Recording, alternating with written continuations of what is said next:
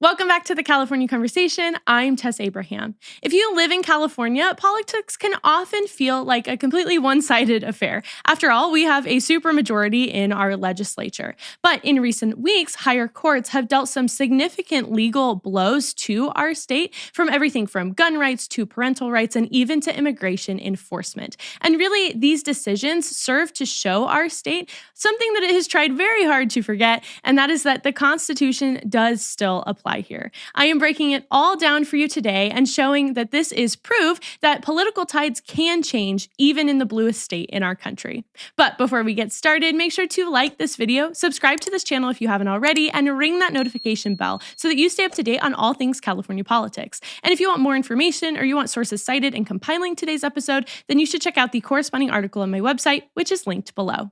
All right, today is full of good news. We are focusing on legal wins, and we are going to talk about why they matter, how it will affect life in our state, and how they've tied into many different policies and laws that we have talked about here week to week. The first major court ruling that we are going to look at has to do with gun rights. And like I said, this is something that we have talked about so much on the show because California has one of the strictest regimes when it comes to being able to own a gun, what kind of gun you are able to own, where you can take it, who can carry it. And so the most recent court ruling centered all around this idea of concealed versus open carry. So just to set the scene, in California, it is illegal for you to carry a weapon around concealed if you do not have a permit. And to get a CCW, there are a few different steps you have to go through. Obviously, there's a whole application process, but you have to be 21 years old. You have to go through a background check. You have to get fingerprinted. There's a firearms training course you have to do. You have to do a live fire proficiency test. And you even have to meet some objective standards of living in good moral character. So that used to be more subjective. That was struck down. But there are objective standards now that you have to meet. So if you want to own a gun and if you want to be able to conceal that gun and take it with you to a store, to wherever, whatever event you are going to in order to protect yourself or those around you, you have to go through this very cumbersome process. And the problem is this process in California is not just, well, I apply, I meet the criteria, I get the permit, and now I can carry a gun. There are a few more inhibiting factors. The first is that California is a may issue state. And so that means that a CCW is not guaranteed to you even just because you meet the qualifications. The process can take years or at least several months to even go through. And so that means that your ability to get a CCW and carry your gun in our state varies so widely depending on what part of the state you live in. So if you live in a county that's a little bit more gun friendly, it might be easier for you. But if you live in an area that's more liberal and maybe more opposed to guns or has stricter gun control, then it's going to be harder for you to be able to get that CCW, even though the only difference is just location of where you live. On top of that, even if you have a permit, there are a lot of areas that are designated in California as sensitive areas. And so this means that there are areas where even if you are concealed carrying, you cannot bring your weapon. Think things like schools or parks or other areas. Government buildings, I believe, is one of them. And even restaurants where alcohol is served. And once you look at the list, it's a pretty long list of places you can't conceal carry a gun. You really start to question, where can I take this thing? Like, what's the purpose of getting a permit if I can't even take it if I know that I'm going out to dinner and I'm going to happen to be at a restaurant that I can't carry this into. And so really, it's not just that you have to go through the legal process to be able to carry a gun. It's also that California has really put such burdensome restrictions so that it makes it nearly impossible or just largely disincentivized from you wanting to go through that and have to learn all of the laws that you have to abide by. Now, the reason for this is because California has basically outlawed the ability for Californians to open carry. That's not even a thing here, that you can just carry your gun around to wherever. It might happen in very small rural counties, but for the majority of California, I believe it's about 95% of the people who live in California live in areas where you are definitely not allowed to open carry, and it's a hard process to be able to concealed carry. And this is exactly what a higher court, it's a Ninth Circuit panel, ruled on earlier in January. And so on January 2nd, they announced that California's near statewide ban on open carry in counties with populations above 200,000, so that's where open carry is banned, violates the Second Amendment. And they say this for a few different reasons.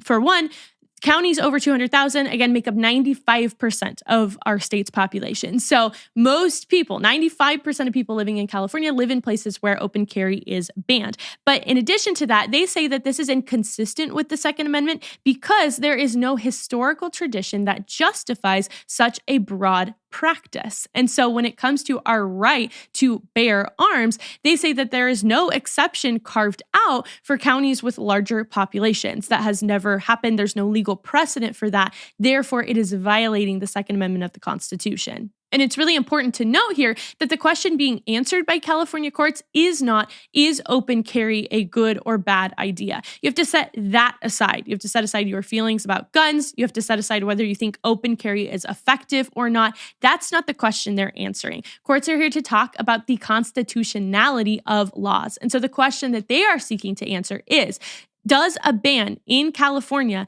on basically everybody being able to carry guns because of the large numbers of populations in those counties, does a ban like that violate the Second Amendment? Or is there support in the Second Amendment or support in some legal precedent or some constitutional framework that says that a ban like that is allowed to be upheld? That's the question that they are seeking to answer. And that's the question that they have answered, basically saying, no, this is not constitutional. And so you cannot just put a blanket ban on it like this. Now, what does this mean for California gun owners? Pretty much there's no change. Obviously, this is going to be debated and contested. There is going to be more court challenges over this issue. And who knows, maybe it will make it up to the Supreme Court for a final ruling. The ruling that was passed down by the Ninth Circuit panel is not an order to be mandated. And so until it's mandated that counties allow for open carry, really nothing is going to change. But I still want us to be excited about this. I still think it's important for us to be aware of, because it's opening the door to a challenge. And these are laws in California that have been in place for decades at this point. These are laws that people have just taken for granted and assumed, well, this is just how life is here. And instead it's showing, no, when you get a second set of eyes on it and when you actually put it under constitutional review, this is questionable at best. And so something might need to be done about this. According to the court, if open carry is pretty much completely prohibited, and concealed carry is also very restricted and difficult to do, the state is effectively taking away people's rights to bear arms at all, because they are taking away all of the channels for people to be able to take their guns with them outside of their homes.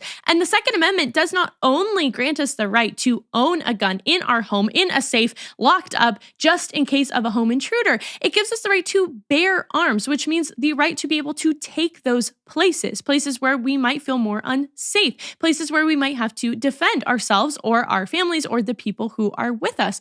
And so again, California has been taking away that ability for people. That means that California has been denying constitutional rights of its citizens. We should be absolutely thrilled for any review of policies that are taking away any rights that we should be guaranteed under our Constitution. We want more people looking at this, and we should not just be happy with the status quo. We shouldn't just accept, well, California is a really restrictive state. It shouldn't be that way. We should look at laws that we would say are not right. It's not right to restrict the rights of people that are guaranteed to them. And so this is a very encouraging example of federal courts, higher courts stepping in and saying, no, California, just because a law has been in place for a long time does not mean that it's going to stand if we can look at the actual legal implications of this and say, this is wrong. But gun rights are not the only rights that our courts are seeking to uphold or defend for those of us who are living in wonderful California, because there was another ruling a few weeks before that ruling on gun rights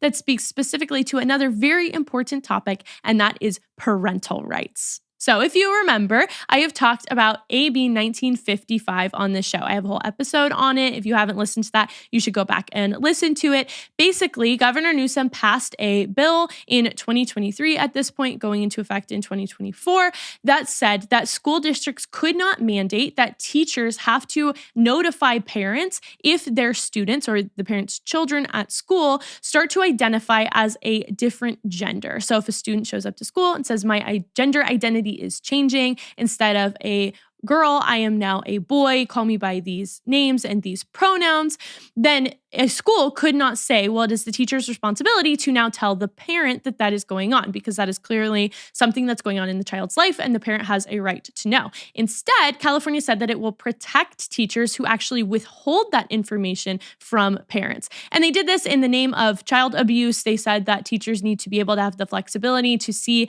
whether or not it is safe for the child to tell their parents about their gender identity. And so that's the way that they are framing it. But essentially, again, it's protecting any teacher who just decides that a parent doesn't have a right to know. And so at the worst case, I'll also protect schools from programs or teachers to be able to indoctrinate children, to be able to tell them things about their gender identity, and then not tell the parents where that child is mentally, physically, emotionally, with all of the things that are going on. And so this clearly violates every fundamental belief that says that parents are the ones who raise their children. Parents are the ones who, at the end of the day, love their children the most, who know what is best for them, and that abuse cases are more rare and are more egregious, and those should be handled differently. But we cannot assume that every single parent is going to be committing child abuse against their child just because they may disagree with some of the choices that their child is making.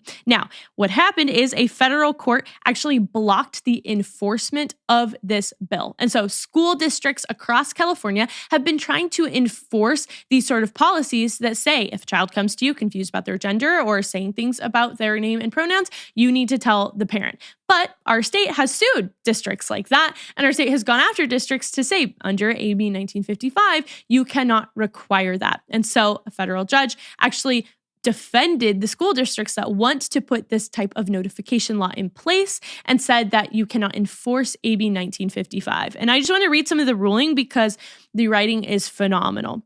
The judge wrote, quote, California's public school system parental exclusion policies place a communication barrier between parents and teachers. The state defendants are, in essence, asking this court to limit and restrict a common sense and legally sound description by the United States Supreme Court of parental rights that this court will not do. Let's go. I love that. Finally, some common sense and decency when it comes to upholding good laws and then striking down bad laws and refusing to uphold them. And the judge is absolutely right. It is completely common sense. It is inherent to nature that parents are the ones who raise their children, that parents are the ones who know their children, and that you should not be putting a blocker between what teachers are telling parents about their own children.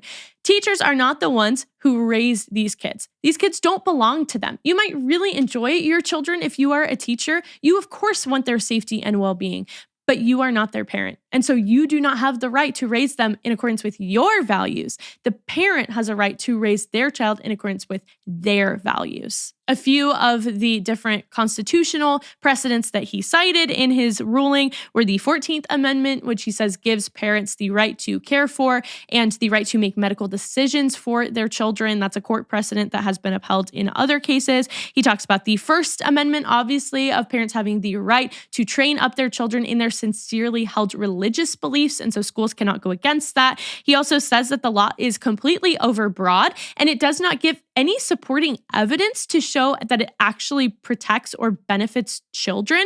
And so if you're going to pass an overbroad law, we've talked in the past that the standard is that it has to be, this is the only way that we can actually do what is right. So in this case, the only way that we can protect children is to say that teachers cannot notify parents when this happens. They have not proved that at all, and the burden of proof is on them. And then, of course, he hands power back to the parents, where the power should always be, because the parents are the parents of the children. So I don't know why we would ever take power away from them. Now, there's already pushback to this ruling, and so a federal appeals court blocked enforcement of the ruling that said that schools couldn't be punished or school districts couldn't be punished for breaking AB 1955. It's all confusing. It's just ruling on top of ruling. But Essentially, they are saying that this ruling is not correct, that there are problems with it, and so it needs to be overturned. Governor Newsom said on his own podcast that he thinks that the ruling is going to be completely thrown out. So, of course, there's pushback. We would expect that in the same way that when California passes a crazy thing, they can expect pushback from conservatives. But we, again, can still be excited about this type of ruling because this builds momentum. It builds momentum to change, and it also empowers others to speak out when they agree with your common sense position. And one great example of that is that 2 weeks ago, the United States Department of Education actually wrapped up an investigation, or at least they shared some findings about an investigation into California's Department of Education. And they found similar rulings as to what the federal judge was finding about California standing in the way of parents having the rights to raise their own children. And so listen to this finding, quote, the California Department of Education egregiously abuses its authority by pressuring school officials to withhold information about students' so-called gender transitions from their parents. Under Gavin Newsom's failed leadership, school personnel have even bragged about facilitating gender transitions and shared strategies to target minors and conceal information about children from their own families. That's wild, and it is exactly what is happening here. This is calling out exactly what California's radical agenda is. It's pulling back the curtain from things that our own governor likes to try to hide or brush off as that couldn't possibly be what we're trying to do. Well, the actual United States government is saying this is what you're doing. And so that is all brought about by court rulings like this. And as a result, the federal government has vowed that it will be working to put steps in place to hold California accountable for their recklessness, as well as just for these terrible policies. So this is a really big win for parents as well as for children in our state. And most recently, not only are we making headway on gun rights and on parental rights, which is just so exciting, we are also making headway on federal immigration enforcement. So if you recall, a bill that was just passed last year in 2025, it's set to go into effect this year, was about ICE officers not being able to wear masks as they carry out federal immigration enforcement. This comes after Democrat politicians have been continually referring to ICE as the Gestapo, as secret police, and so they say that you shouldn't be able to wear masks and hide your identity, and so we are going to unmask ICE. However, a court ruling just on Monday of this week struck that down. It said it was unenforceable for all of the reasons that you would guess,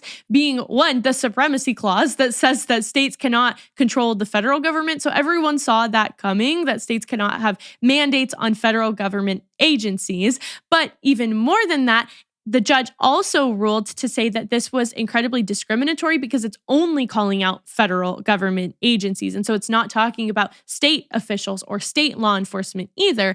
It's just singling out ICE. And so essentially, it has been deemed completely unenforceable in our state, which is just great. It's just, again, another win for common sense because it does not make sense that California would defend rioters and looters who wear masks. They have all worn masks every time that riots break out, and they go and they set cars on fire, they break into small businesses, they loot things, and they're wearing masks. And California has said nothing about that. We haven't passed any bills that say you can't wear masks at a protest because you have to be proud of who you are and what you're doing. But then they just turn around and say that ICE has to not be able to wear masks when they are literally trying to hide their identities because they have been doxxed, harassed, threatened, and even, threatened to be killed. So their very lives are at stake. Now, again, this is getting pushback. Already officials are coming out saying, well, we'll just file a new law that's not discriminatory against the federal government. We'll include all state government agencies, whatever. Okay, they want to continue to fight back. That is expected. But once again, we can take this as a victory, as a win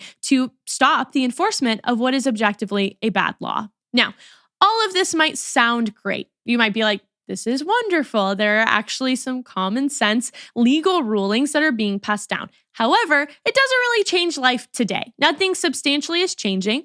More court battles are just going to be drawn out, and so things could be overturned and flip-flopped once again. So why should I care? Why should we be talking about this? Why should we take this as encouraging?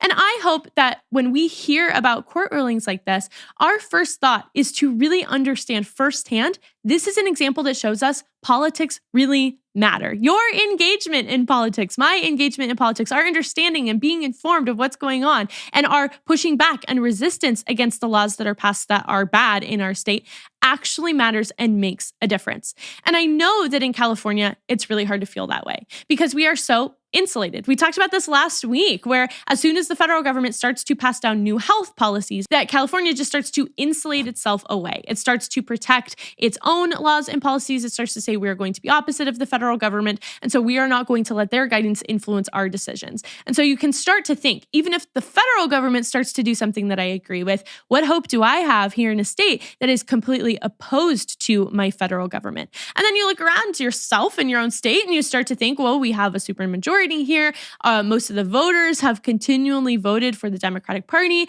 And so again, what can I really do? Why does it really matter? But instead of giving in to a sort of fatalism or defeatism, we have to continue calling out the authoritarianism. We have to continue calling out the foolishness. We have to continue calling out objectively wrong laws and policies that are going to hurt people because they cause a ripple effect that starts to initiate the sort of change that we're seeing across our state. The reason that these rulings on California gun laws, on parental rights, and on immigration enforcement are coming down now is because judges are moving back to applying an actually constitutional framework. And that constitutional framework is what we as conservatives are trying to defend and uphold. Being a conservative does not mean that we seek to win every sort of policy battle. It doesn't mean that we seek to win every single election. What we seek to do is try to conserve what we know is right. We try to conserve the principles and the freedoms and the protections that our founding fathers set out for us way back when America was founded. We seek to preserve those because we believe in the power of limited government, because we have seen firsthand how that is a fundamental good. We believe in the freedoms that they wrote for us in the Constitution and in the Bill of Rights. We believe in the First Amendment that protects free speech and freedom of religion. We believe in the Second Amendment that protects our right to bear arms. We believe in all of the constitutional amendments that work together to say that parents have the right to raise their own child. We believe in all of these things. And so we fight not just to win in the political sphere, we fight to conserve what we know is actually good for the communities around us and for the country. And so this is why you vote. This is why you vote even when it feels hopeless. This is why you vote when you feel powerless. This is why you vote when you feel like, well, even if we get a good president in power, our own governor disagrees with him. And so how much will it really affect change? It does affect change. There are still ways that our federal government is able to influence our state government, and there are still good judges on the bench who are willing to apply the Constitution in the way that it is meant to be applied, in a way that adheres to what it is actually saying, and not to let their politics get in the way to influence their rulings. And so this is more important than ever to talk about this year because we have an election coming up and we are going to reject fatalism. We are not going to quit before we even get started. We are going to examine the candidates for governor. We are going to examine any sort of propositions that are on the ballot, and we are going to vote for who we think will be best to actually conserve and uphold those good, true, and biblical values that we know promote a flourishing society. Gun laws matter in our state because every person has the right under our Constitution to defend themselves and to bear arms.